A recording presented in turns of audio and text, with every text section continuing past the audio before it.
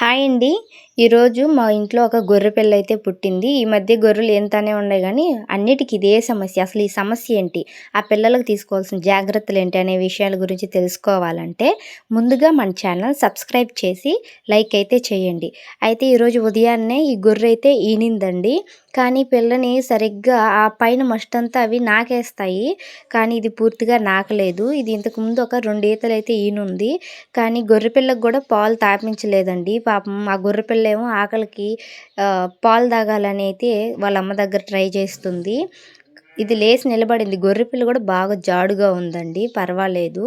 బాగా బలంగానే ఉంది. ఈ నెలలో ఈన గొర్రెలన్నీ దాదాపు ఇలాగే చేస్తున్నాయి. ఎలాగో మాకు ఇలాంటి టిప్పులు తెలుసు కాబట్టి మేము పాటిస్తుండబట్టి ఈ గొర్రె పిల్లల్ని పాలైతే తాపించుకుంటున్నాయి. ఇంతకీ ఆ టిప్ ఏంటంటే, ఇప్పుడు ఏదైనా గొర్రె ఈనినప్పుడు మనం ఏం చేయాలో అర్థం కాదు పాలు తాపించుకోకుంటే. అలాంటప్పుడు మనం ఇలా కట్టేసేసి మెడకి ఇలా తలుగు పెట్టి కట్టేసి, గుంజలుంటాయి మా ఇంట్లో గుంజుంది కాబట్టి మేము గుంజకు కట్టేసాము. మీరు ఎక్కడైనా కట్టేసుకోండి. వేరే గొర్రెలు, గొర్రెపిల్లలు దాని దగ్గరలో ఉండకూడదండి.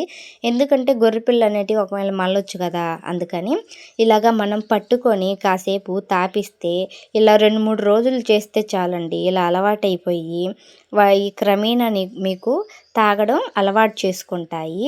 మనకు కట్టేయాల్సిన అవసరం కూడా లేదు. ఇదైతే పొట్టేడు పిల్లండి.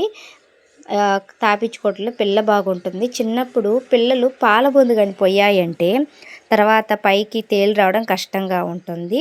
మీరు ఈ విధంగా చేసి సక్సెస్ అయ్యారో లేదో కామెంట్ చేయండి.